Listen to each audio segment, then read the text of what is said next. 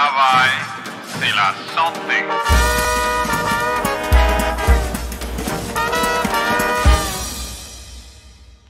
Je m'appelle Pierre-Olivier, j'ai 25 ans et aujourd'hui je vais vous parler de mon histoire en tant que vendeur. J'avais fait un BTS dans la vente et moi ce que je voulais c'était rester debout, être dans un magasin, parler avec des gens parce que j'aime le contact avec les gens, parce que j'adore les gens. Du coup je commence à chercher, c'était une boîte qui me donnait confiance parce que ça avait une très bonne image et à chaque fois on disait toujours ouais les vendeurs là-bas ils sont compétents et ils traitent bien le client et tout, et donc du coup moi je me suis laissé avoir là-dedans.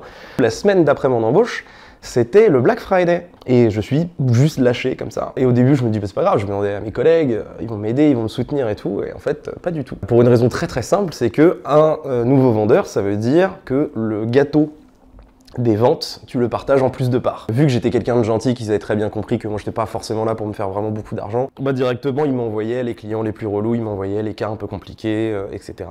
Et arrivé au bout de quelques mois, j'ai ma responsable qui me convoque, qui me dit bon bah voilà, maintenant il va falloir qu'on parle de tes résultats, qu'on fasse un petit bilan. C'est de la merde, c'est de la merde. Concrètement Pierrot, qu'est-ce que tu fous? Qu'est-ce que moi je t'ai demandé des objectifs, tu les as jamais atteints, ça fait 3 mois. Du coup je commence à me concentrer un peu sur les items sur lesquels je suis mauvais, et les items sur lesquels je suis mauvais, c'est les services.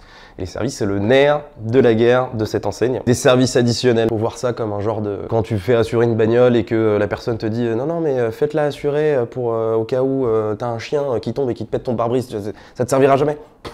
mais t'es quand même obligé de le vendre. Et donc du coup, bah, moi j'étais mauvais en service parce que du coup, moi je voyais en fait que c'était de la douille pour le client. Donc moi j'avais pas envie de lui vendre. Il y avait un collègue à moi par exemple, on l'appelait l'enculeur de petites vieilles. C'était incroyable, hein. Il a vraiment la tête du gendre idéal et donc du coup il arrive et tous les petits vieux il les prenait. Il arrivait et il te les rinçait, mais c'était des trucs de ouf. Je les voyais partir avec des trucs des fois.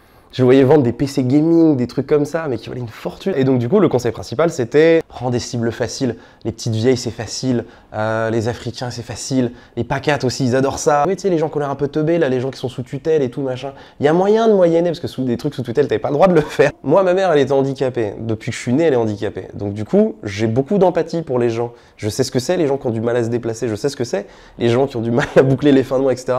Donc quand tu te retrouves face à quelqu'un qui te dit, putain, ça pourrait être ma mère, ouais, forcément, le dilemme, il est atroce parce que t'es là en mode, bah, je veux du confort, mais en même temps, moralement, je comprends qu'il y a des gens que ça impacte pas, mais moi, ça me bouffait. À un moment, je rencontre une petite meuf, une demandeuse d'asile, une maman renois, qui parle anglais, mais qui parle pas très bien français. Et donc, elle m'explique qu'elle a besoin d'un produit, machin. J'ai ma responsable qui me dit, qui était à côté de moi, qui me soufflait, qui dit, ouais, propose tel service, qui était un service pour des fournisseurs d'énergie, du gaz, de l'électricité, machin. C'était des trucs qui avaient rien à voir avec ce que je vendais. Je dis, mais en fait, la meuf, elle est demandeuse d'asile. Là, de ce que je vois sur son visa, elle a pas de résidence fixe, à mon avis, elle doit habiter dans un des foyers qui est aux abords de la ville, quoi. Je dis non mais propose quand même et tout.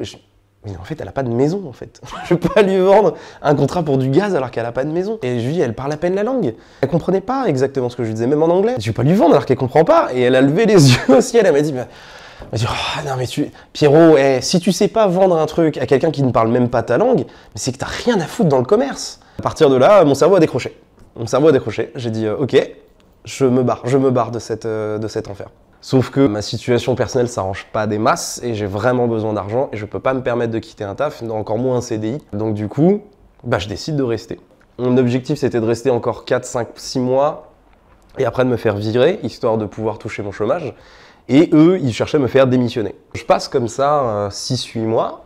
Et plus ça va, et plus ma chef me convoque, et plus elle commence à me foutre la pression. Il n'y a pas que elle d'ailleurs, hein, je dis elle, mais c'est les autres responsables aussi, le directeur et tout. On me fout la pression, et on me convoque, et on me dit Pierrot, c'est pas possible, faut que tu te redresses. Un coup ils sont paternalistes, un coup ils sont gentils, un coup ils sont méchants. C'est vraiment la technique pour te faire bouger, te faire réagir, parce que c'est très compliqué de virer quelqu'un quand il est en CDI. Et donc du coup, bah, moi j'étais là en train de résister un peu à la pression, et le fait est que bah, en dehors, dans ma vie personnelle, c'était très très compliqué. Et j'ai fait l'erreur la plus commune du monde quand tu commences dans un premier taf.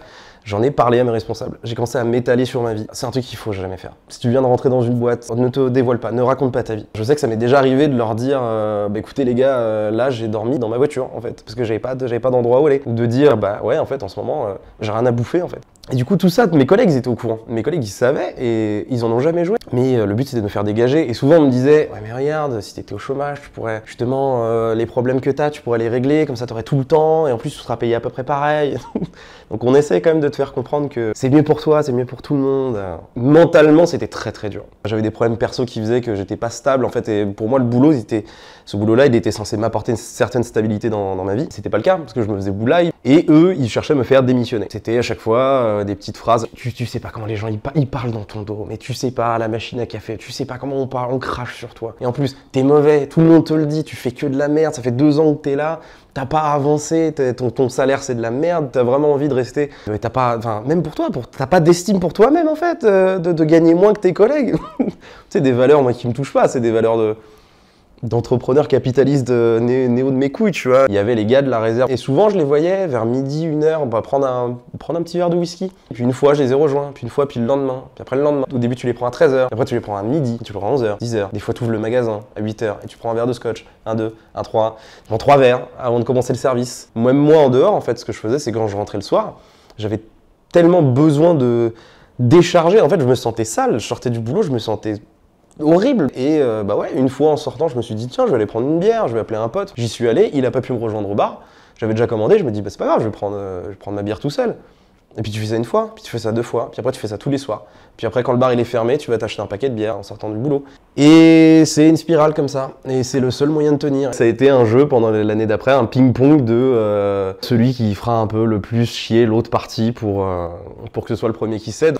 C'est fini en abandon de poste. Après mon ancien boulot, je suis resté en off, c'est-à-dire je suis resté enfermé chez moi pendant 3 mois. Et pendant cette période-là, ça a été juste comment est-ce que je fais pour me reconstruire en fait. Parce que j'étais vraiment complètement brisé. Je suis resté 1 mois chez mon père en mode larve où il me faisait à manger, où il me faisait ma lessive, où je faisais rien, juste pour me remettre en fait, parce que c'était l'enfer. Moi aujourd'hui dans mon taf, moi je bosse dans un magasin de bricolage.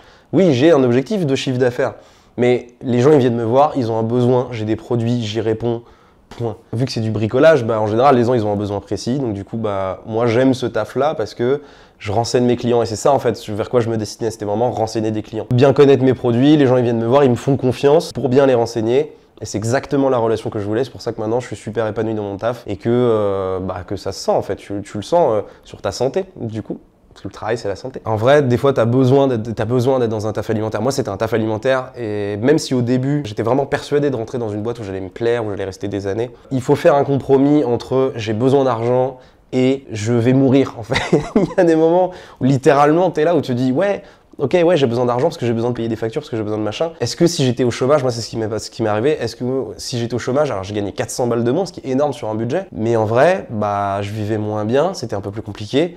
Mais par contre, j'avais la sérénité, quoi. J'étais vachement mieux, j'ai pu me reconstruire petit à petit. Et c'est ça, je pense que les boulots alimentaires, si c'est vraiment trop prenant, il faut pas rester. Si c'est trop toxique, ça sert à rien. Tu vas te ruiner la santé, tu vas te ruiner...